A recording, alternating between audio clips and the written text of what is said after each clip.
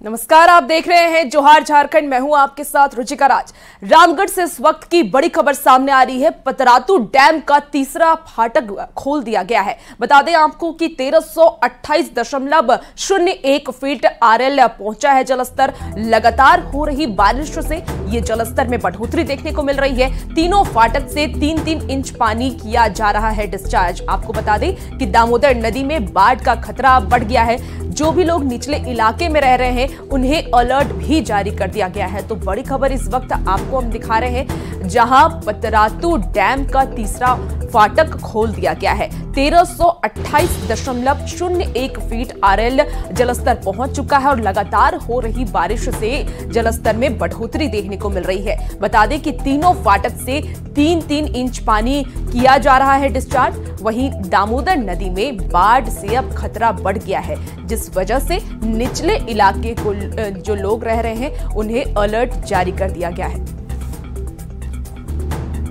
के 3 फाटकों से 3-3 इंच पानी डिस्चार्ज किया जा रहा है। तीसरे फाटक को देर रात्रि को खोला गया। आप देख सकते हैं, पहले 22 अगस्त को फाटक नंबर 3 को खोला गया था। उसके बाद फाटक संख्या 6 को, उसके बाद फाटक संख्या 8 को खोला गया है। यानी तीनों फाटकों से 3-3 इंच पानी का डिस्चार्ज किया जा रहा है।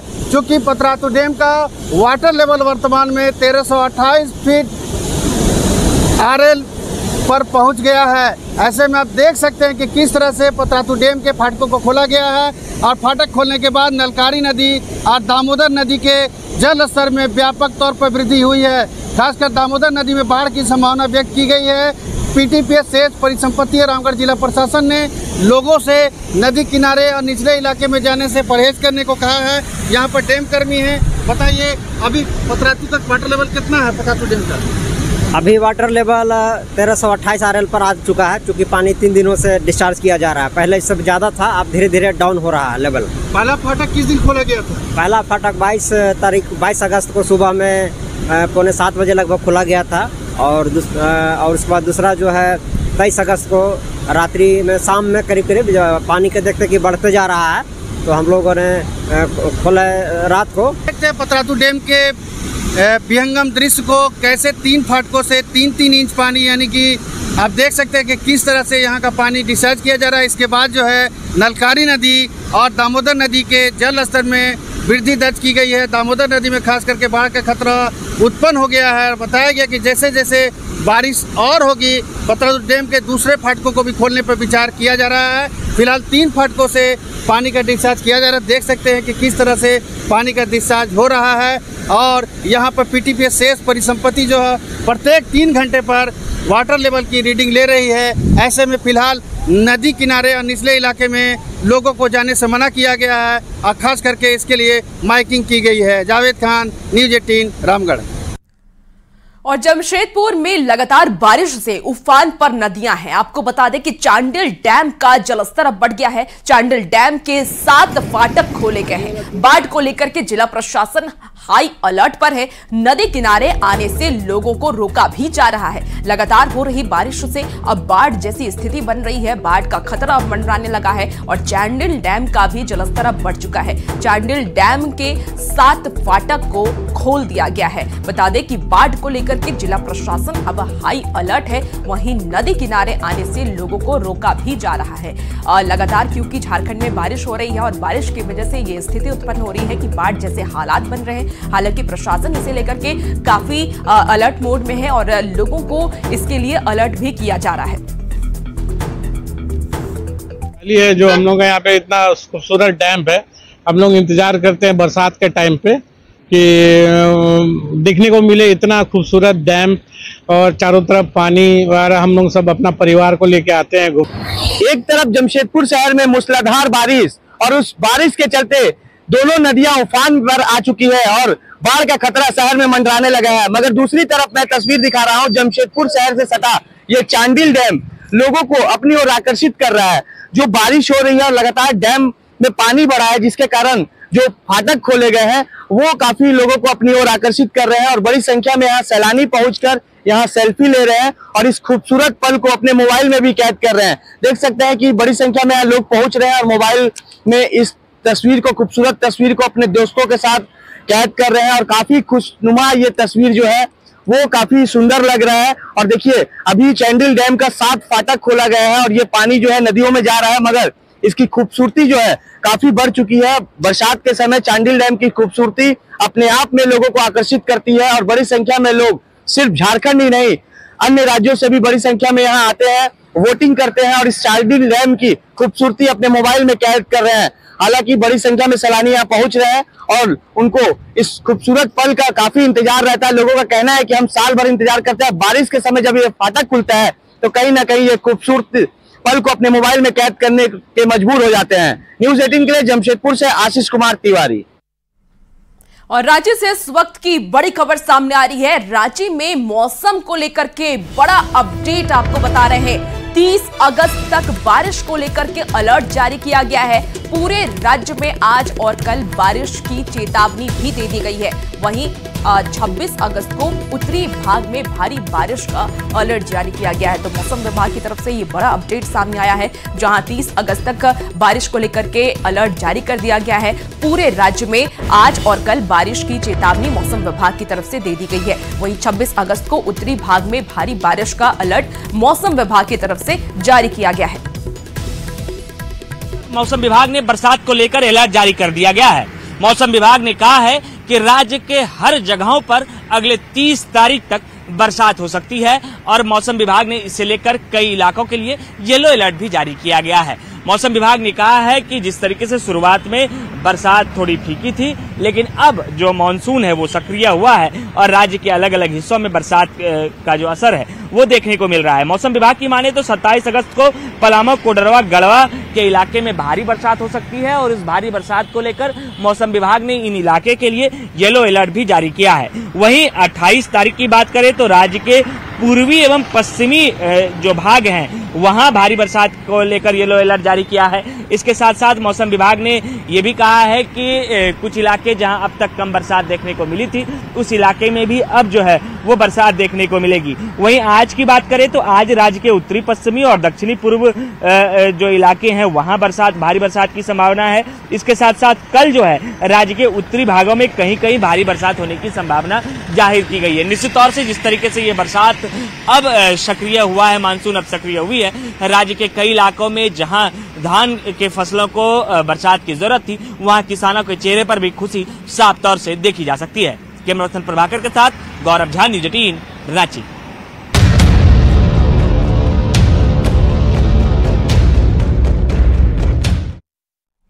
और अब आपको धनबाद लेकर चलते हैं, जहां बीसीसीएल डेंजर जोन अग्नि प्रभावित क्षेत्रों में रहने वाले जहरीले गैस भूधसान होने के खतरे के साए में हर दिन जिंदगी को जी रहे हैं। झरिया अग्नि प्रभावित क्षेत्र इससे अधिक प्रभावित है। जहरीली गैस का रिसाव होने से वहां रह रहे लोग दहशत में हैं। बता दें कि लोगों का यह कहना है कि जिला प्रशासन की अनदेखी के कारण उन्हें आए दिन जमीन दोज होने का डर सताता रहता है। लोग बोल रहे हैं करमटाल में घर दे दो और जो मुआवजा है वो दे दो, हम लोग चल जाए। हाँ, डर तो लगता है, कहाँ जाएंगे, किसका घर जाएंगे। बीसीसीएल को, जिला प्रशासन को हम लोग बस कितना भी लेटर लिख चुके हैं, बोल भी चुके हैं, सबको कोई ध्यान नहीं करता, खाली देख देख के जाता है, कुछ नहीं करता। और अब आपको गिरिडीह लेकर चलते हैं, जहां पर्यटक स्थल खंडोली में लगातार हो रही बारिश की वजह से डैम का जलस्तर अब बढ़ गया है, जो आकर्षण का केंद्र बना हुआ है। लेकिन बारिश की वजह से सैलानी पर्यटक स्थल नहीं पहुंच पा रहे हैं और ना ही बोटिंग कर पा रहे हैं। अधिक जानकारी दे रहे हैं संवाददाता अजाज अहमद। प्राकृतिक के सौंदर्य वादियों में स्थित गिरिडीह जिले के विख्यात पर्यटक स्थल अभी खंडोली डैम में हम मौजूद हैं और तस्वीरों में आप साफ देख सकते हैं यहाँ की जो खंडोली डैम का जल स्तर बढ़ गया है और अभी हम बीच डैम में हैं ताकि आप यहाँ के सुंदर दृश्य को, मनोरम दृश्य को निहार सकते हैं। हमारे कैमरे के माध्यम से आप देख सकते हैं। लेकिन दुख की बात यह है कि बरसात के मौसम की वजह से, बारिश की वजह से अभी सैलानियों का आना बिल्कुल बंद हो चुका है और इस प्रकार आप देख सकते हैं कि यहाँ पर एक भी सैलानी मौजूद नहीं है। आप यहाँ पे बोट चलाते हैं, कितने वर्षों से चला रहे हैं आप?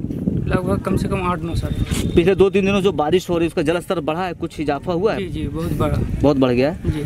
तो सैलानी आखिर क्यों नहीं आ रहे हैं, क्या वजह है? सैलानी आ रहे हैं पूरा? नहीं, अभी तो कम आ रहा है, बहुत कम आ रहा है।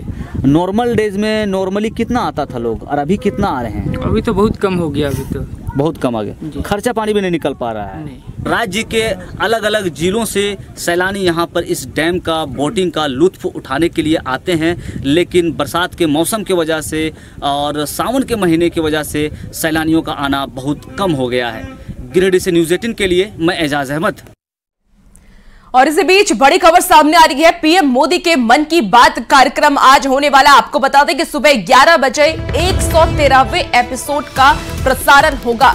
कई अहम मुद्दों पर जनता के सामने अपनी बात रखेंगे प्रधानमंत्री नरेंद्र मोदी। वहीं हेमंत बिस्वा शर्मा नामकुम प्रखंड में सुनेंगे पीएम के मन की बात। बीजेपी नेता और कार्यकर्ताओं भी वहां पर मौके पर मौजूद रहेंगे। बाबूलाल मरांडी भी अपने पैतृक गांव में सुनेंगे पीएम के मन की बात। वहीं अर्जुन मुंडा बीजू पाड़ा में सुनेंगे पीएम के मन की बात। तो आज प्रधानमंत्री नरेंद्र मोदी का ये कार्यक्रम होने वाला है। 113वें एपिसोड का आज प्रसारण होगा। आकाशवाणी पर ये प्रसारण होने वाला है। 11 बजे से पीएम मन की बात कार्यक्रम को संबोधित करेंगे। जनता को अपनी विकास कार्यों के बारे में जानकारी देंगे। साथ ही सरकार की जो योजनाएं चलाई जा रही हैं उसके बारे में प्रधानमंत्री नरेंद्र मोदी मन की बात कार्यक्रम के जरिए जनता को संबोधित करेंगे।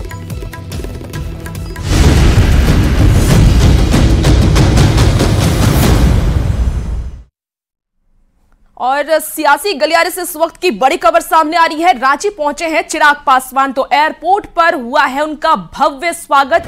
एलजेपी आरवी की राष्ट्रीय कार्यकारिणी की बैठक में शामिल होंगे। वहीं बैठक में चुना जाएगा राष्ट्रीय अध्यक्ष। आपको बता दें कि चिराग पासवान चुने जाएंगे एलजेपी आरवी के राष्ट्रीय अध्यक्ष और बैठक में देश भर के 85 डेलीगेट्स शामिल होंगे। तो तस्वीरें आपकी टीवी स्क्रीन पर है, जहां देखिए किस तरीके से कार्यकर्ताओं में उत्साह देखने को मिल रहा है और वो चिराग पासवान का स्वागत करते हुए नजर आ रहे हैं। रांची से ये आपको बड़ी तस्वीर हम दिखा रहे हैं, जहां एलजेपी आरवी की राष्ट्रीय कार्यकारिणी की ये बैठक होने वाली है और उसमें शामिल होने के लिए चिराग पासवान रांची पहुंच चुके हैं। बैठक में उन्हें राष्ट्रीय अध्यक्ष चुना जाएगा। चिराग पासवान अब एलजेपी आरवी के राष्ट्रीय अध्यक्ष होंगे और ये सीधी तस्वीर आप अपनी टीवी स्क्रीन पर देख सकते हैं। आज पार्टी की राष्ट्रीय कार्यकारिणी की बैठक है और इस बैठक को रांची में आयोजित किया गया है। कई महत्वपूर्ण विषयों पर आज चर्चा होगी। आगामी कई राज्यों में चुनाव भी हैं, उसको लेकर भी आज की इस बैठक में चर्चा की जाएगी और आने वाले दिनों में पार्टी की रूपरेखा और पार्टी की नीतियों को कैसे और मजबूती से आगे रखा जाए, इन तमाम महत्वपूर्ण विषयों पर आज पार्टी की राष्ट्रीय कार्यकारिणी की इस बैठक में चर्चा की जाएगी। और जमशेदपुर से इस वक्त की बड़ी खबर सामने आ रही है। कोल्हान दौरे पर पूर्व सीएम चंपाई सोरेन है। जमशेदपुर पश्चिम से रैली की शुरुआत करेंगे और पूर्व सीएम चंपाई सोरेन। पूर्वी सिंहभूम के सभी विधानसभा में ये रैली होगी। सरायकेला, चाईबासा, पूर्वी सिंहभूम जिले में कार्यक्रम के बाद लेंगे बड़ा फैसला। वहीं राजनीतिक जीवन को लेकर के भी लेंगे बड़ा फैसला। तो जमशेदपुर से आपको इस वक्त की ये बड़ी खबर बता रहे हैं। पूर्व सीएम चंपाई सोरेन का ये रैली होने वाला है। बता दें कि सरायकेला, चाईबासा, पूर्वी सिंहभूम जिले में कार्यक्रम के बाद वो बड़ा फैसला लेंगे। और ज्यादा जानकारी के साथ हमारे संवाददाता आशीष तिवारी जुड़ चुके हैं। आशीष, देखिए कोल्हान के टाइगर कहे जाते हैं पूर्व सीएम चंपाई सोरेन, ऐसे में उनका ये दौरा कितना खास होने वाला है? जी, आपने सही कहा, क्योंकि लगातार कुछ दिनों से चंपाई सोरेन जो कोल्हान के टाइगर कहे जाते हैं, झारखंड के पूर्व मुख्यमंत्री भी रहे हैं और लगातार कुछ दिन पहले वो दिल्ली भी गए थे और लगातार कई कयास लगाए जा रहे थे कि वो किसी राजनीतिक दल से शामिल होंगे। और इसी बीच उन्होंने एक दुख भरा अपना लेटर जारी किया था जिसमें वो जेएमएम से कहीं ना कहीं दूरी बनाए थे। हालांकि लगातार मीडिया से बातचीत करने के दौरान उन्होंने अभी तक अपना पत्ता खोला नहीं था और वो जब यहाँ जमशेदपुर पहुंचे हैं तो कोल्हान के 14 सीट विधानसभा क्षेत्र में लगातार वो ताबड़तोड़ अपनी रैली और जनसभा को संबोधित कर रहे हैं और जनता से राय ले रहे हैं। हालांकि जनता से राय लेने के दौरान उन्होंने 3 ऑप्शन रखा था, जिसमें एक ऑप्शन जो राजनीति से संन्यास का था उस पर पूरी तरह से पूर्ण विराम लगा दिया है। और अब उनके 2 ऑप्शन बचते हैं कि वो अपने नए पार्टी बनाएंगे या तीसरा जो ऑप्शन था वो नए दोस्त के साथ शामिल होंगे। मगर उन्होंने कहा था कि कोल्हान की 14 विधानसभा में वो अपना जनता से राय लेंगे और इसी के बीच वो ताबड़तोड़ तमाम विधानसभा में दौरा कर रहे हैं, निरीक्षण कर रहे हैं और लोगों से भी रूबरू हो रहे हैं, उनसे राय ले रहे हैं। इसी दौरान चाईबासा और सरायकेला में ये उनका दौरा खत्म हो चुका है और आज पूर्वी सिंहभूम जिले के जमशेदपुर पश्चिमी विधानसभा से उनका आज 12 बजे से रैली शुरुआत होगा, जो कि बहरागोड़ा, चकुलिया, घाटशिला विधानसभा में जाएगा और उसके बाद ये जो है कोल्हान के 14 सीट की जो पूर्ण विराम लगेगा और उसके बाद वो बड़ा डिसीजन ले सकते हैं कि वो आने वाले दिनों में अपने नए पार्टी बनाएंगे या नए दोस्त के साथ जुड़ेंगे। मगर इसी बीच आपको बता दूं कि उनका जो बैनर पोस्टर था वो पूरी तरह से भगवा में रंग चुका है, जो एक संकेत दे रहा था कि इस तरह वो भारतीय जनता पार्टी में शामिल होंगे। अभी हालांकि आधिकारिक पुष्टि नहीं हुई है, मगर उनका जो बैनर पोस्टर था जो हरे रंग के रहता था उसे अब वो भगवा रंग में रंग दिया गया है। हालांकि आज उनका जो ये रैली है काफी महत्वपूर्ण माना जा रहा है और इस रैली के बाद वो क्या कुछ बड़ा डिसीजन लेते हैं अपने राजनीतिक जीवन में, क्या कुछ एक नया पार्टी बनाते हैं या किसी नए दोस्त के साथ वो मिलकर विधानसभा चुनाव में के मैदान में उतरेंगे। जी आशीष, बेहद और ये बिल्कुल देखने वाली बात होगी कि अब पूर्व सीएम चांपाई सोरेन आगे क्या कुछ निर्णय लेते हैं, क्या वो नई पार्टी बनाते हैं या फिर बीजेपी के साथ जुड़ते हैं। बहुत शुक्रिया तमाम जानकारी के लिए।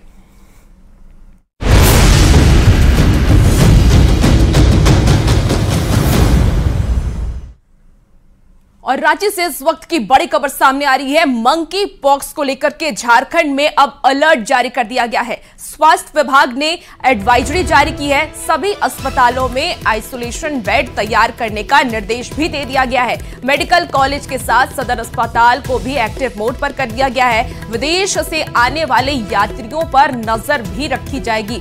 बड़ी खबर आपको बता रहे हैं, मंकी पॉक्स को लेकर के अब खतरा लगातार बढ़ता नजर आ रहा है और ऐसे में राज्य अब अलर्ट मोड पर चला गया है। झारखंड में अब इसे लेकर के अलर्ट झारखंड को कर दिया गया है। स्वास्थ्य विभाग ने एक एडवाइजरी भी जारी की है, जहां सभी अस्पतालों में आइसोलेशन बेड तैयार करने के निर्देश दे दिए गए हैं। वहीं मेडिकल कॉलेज के साथ सदर अस्पताल को भी एक्टिव मोड में कर दिया गया है और जो भी लोग बाहर से आ रहे हैं, विदेशों से आ रहे हैं, उन सब पर नजर रखी जाएगी कि अगर किसी को भी संक्रमण है, मंकी पॉक्स से वो संक्रमित है, तो उन्हें आइसोलेट कर दिया जाएगा।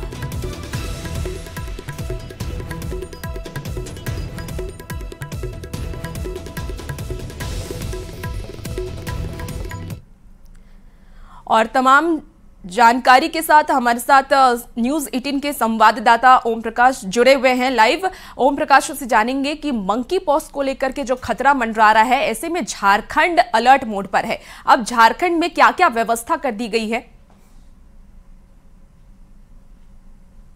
ओम प्रकाश।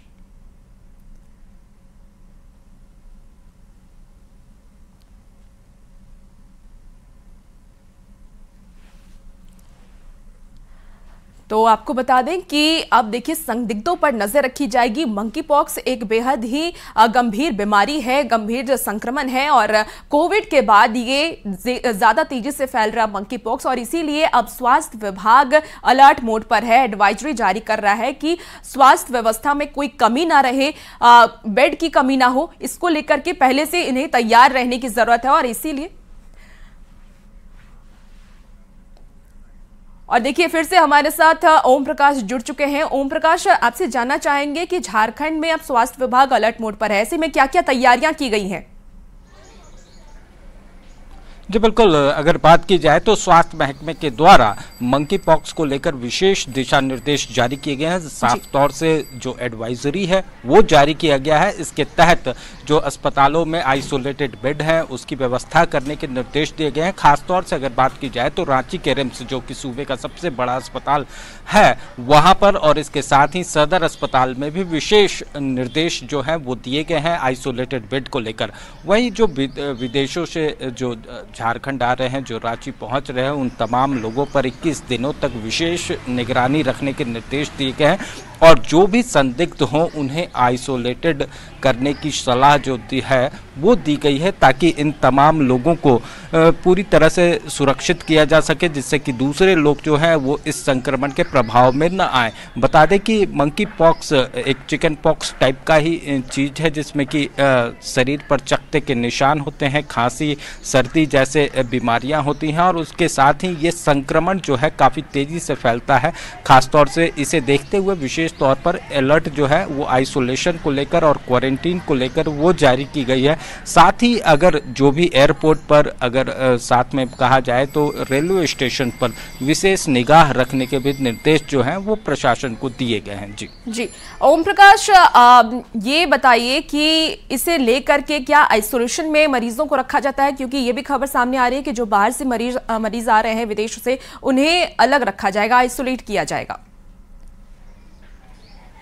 जी फिलहाल उन्हें क्वारंटीन करने के लिए कहा गया है। अगर कोई संदिग्ध नज़र आता है तो उसे क्वारंटीन किया जाएगा। इस तरह की बातें जो हैं वो ज़रूर कही गई हैं। आइसोलेशन वार्ड तो तैयार किए गए हैं ताकि अगर कोई संदिग्ध वैसा हो जिसमें कुछ लक्षण दिखाई दे रहे हों उन्हें आइसोलेटेड किया जाएगा, उन्हें आइसोलेशन बेड में शिफ्ट किया जाएगा। अस्पतालों में इसे लेकर विशेष तैयारियाँ ज़रूर की गई है। हालाँकि अब तक कोई भी वैसा जो कहा जाए तो संक्रमण की बात जो है वो रांची में सामने नहीं आई है, लेकिन फिर भी पहले से ही एहतियात जो है वो बिल्कुल ओम प्रकाश, और ऐसे में एहतियात बरतने की जरूरत भी है क्योंकि हम आम लोगों को इस संक्रमण से बचा सकें, इसके लिए एहतियात की बहुत जरूरत है। बहुत शुक्रिया ओम प्रकाश तमाम जानकारी के लिए।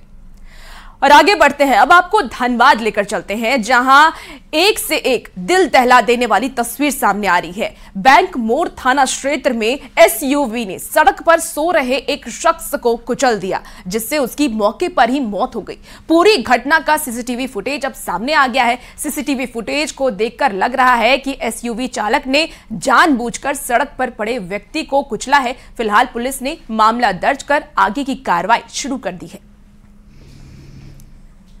और ये तस्वीरें आप देख पा रहे हैं, एक्सक्लूसिव तस्वीर, ये सीसीटीवी फुटेज सामने आया है जहां एसयूवी कार देखिए किस तरीके से शख्स को कुचला है। और ये कहा भी जा रहा है कि ये जानबूझकर इस घटना को अंजाम दिया गया है, क्योंकि जिस तरीके से एसयूवी कार से उस शख्स को कुचला जा रहा है उससे साफ तौर से ये नजर आ रहा है कि ये किसी ने पहले से साजिश करके वो आए थे और तब इस घटना को अंजाम दिया गया। क्योंकि सीसीटीवी फुटेज हम आपको आपकी टीवी स्क्रीन पर दिखा रहे हैं और उसमें साफ तौर से ये दिख पा रहा है।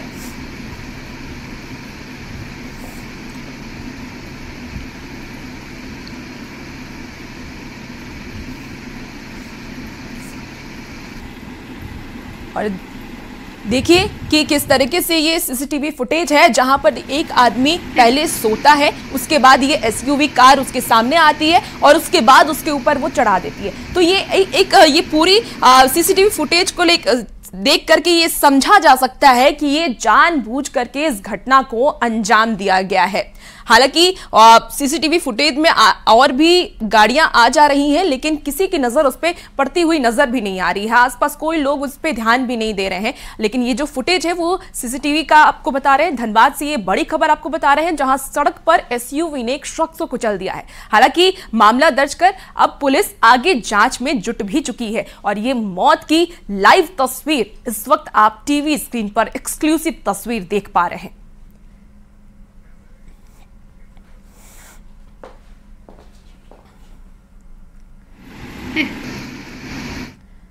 और बिहार में पूर्वी क्षेत्र खेलो इंडिया महिला योगासन लीग प्रतियोगिता का 3 दिवसीय आयोजन 22 से 24 अगस्त तक पाटलिपुत्र स्पोर्ट्स कॉम्प्लेक्स कंकरबाग में हुआ। आपको बता दें कि टूर्नामेंट में शानदार प्रदर्शन कर सेकंड रनर अप रहने वाली अब झारखंड की टीम अब वापस रांची लौट आई। झारखंड के बच्चों ने मेडल के साथ कैश प्राइज भी प्राप्त किया। बच्चों के सर्वश्रेष्ठ प्रदर्शन में झारखंड टीम की कोच ममता कुमारी और रितिका जोशी का महत्वपूर्ण योगदान रहा। प्रतियोगिता में ईस्ट जोन के बिहार समेत 11 अन्य राज्य झारखंड, अरुणाचल प्रदेश, असम, मेघालय, मणिपुर, मिजोरम, नागालैंड, त्रिपुरा, सिक्किम, पश्चिम बंगाल और उड़ीसा से लगभग 500 महिला खिलाड़ियों ने भाग लिया।